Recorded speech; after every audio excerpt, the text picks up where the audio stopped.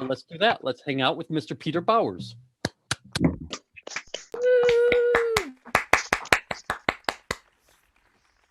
Thank you very much, Rick, for that nice introduction. It's good to be here tonight. I always feel a bit odd about being on Zoom because I feel I should be like one of those erudite people, the talking heads on CNN, you know, where they've got all their books behind them, usually ones they've written. And I can actually feel all an erudite. So we've just got a Christmas tree and a few odds and ends. So that's all right. But I am old. I'm actually classically, I am, let's see, LXXXIII, which is presently pronounced high risk. People always say, how can you still do comedy at your age? And of course, the answer is performance enhancing drugs. I come up here tonight even, I have my personal trainer, which is my wife, inject me in the buttocks with scotch and soda. Get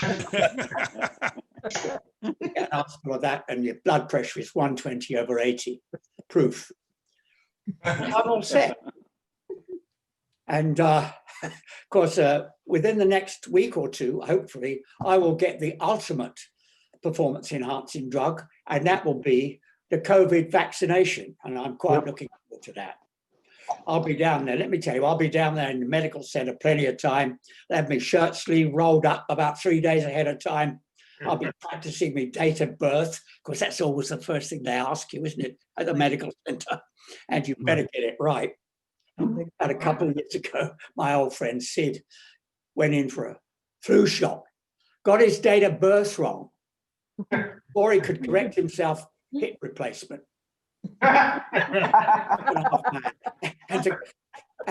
He said, to add insult to injury, he said, I got the flu a few days later. Mind you, he does walk a lot better. Oh yes, I was down getting my COVID shot, which I hopefully will be soon, and I'll be there at the front of the line eventually. And I'll stick my arm out and be this nurse, and she'll be sort of, I guess she'll be kind of bored from doing the same thing over and over, and she'll just say, "What would you like, sir? What would you like, sir? Pfizer or Moderna?" With the same kind of voice that she would say, like soup or salad, or paper or plastic.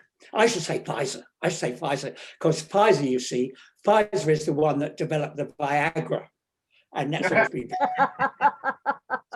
In fact, I don't know whether you knew this, but within the next few days, Pfizer is supposedly coming out with a mixture of the two, Viagra and the COVID shots. Now listen, now how it's going to work is that you get the shot, and then if you get exposed, instead of getting sick, you just get an immediate erection. It'd be quite interesting, wouldn't it? But I bet it would get you thrown out of your bubble.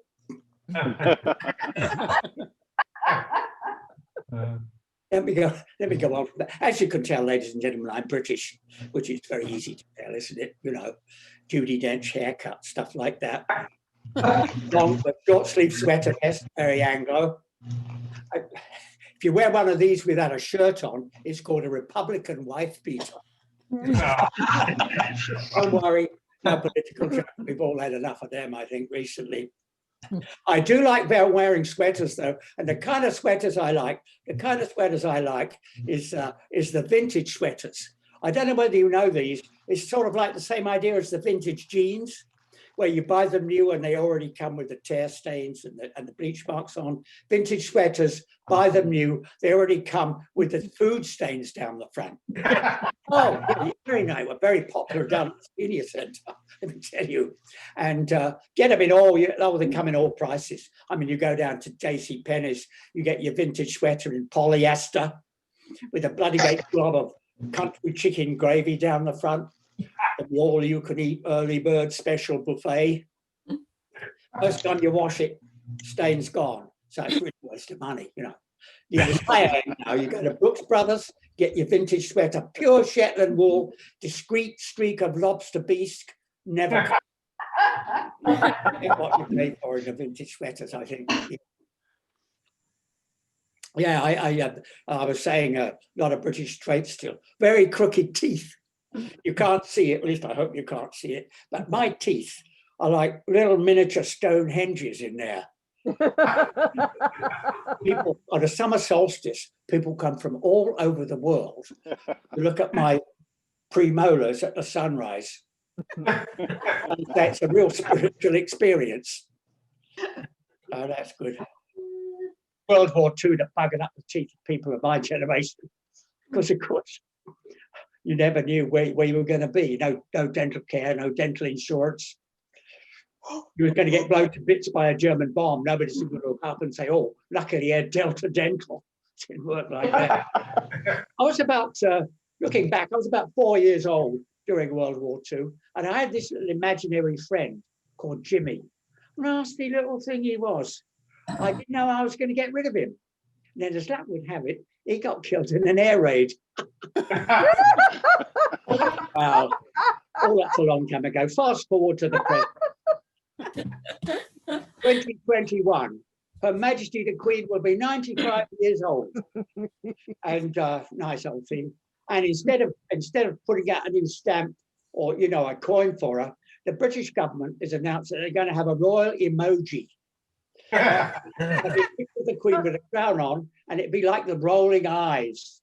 What the hell is this family going to do next? He has had a lot of trouble with them. Prince Andrew, right? Prince Andrew. Yeah, all that trouble with Jeffrey Epstein and with young women. She had a word with him. She said, Andrew, if you've got another underage woman, I'm going to put you straight in the tower. Which she will, of course.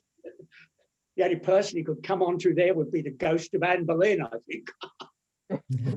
Anyway, I feel sorry for with the royals, Prince Charles and Camilla.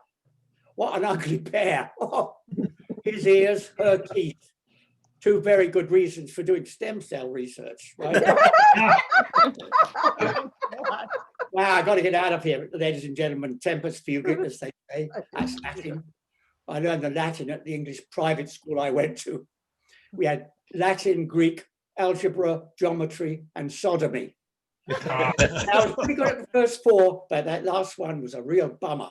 Thank you very much, ladies and gentlemen, and thank you, Rick, and everybody at the Comedy Studio for having me, and thank you especially to my wife for being my tech support here at the end.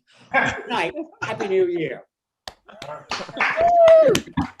Thank you so much, Peter. Peter, and yes, thank you, Bonnie. Bonnie is Peter's wife. We were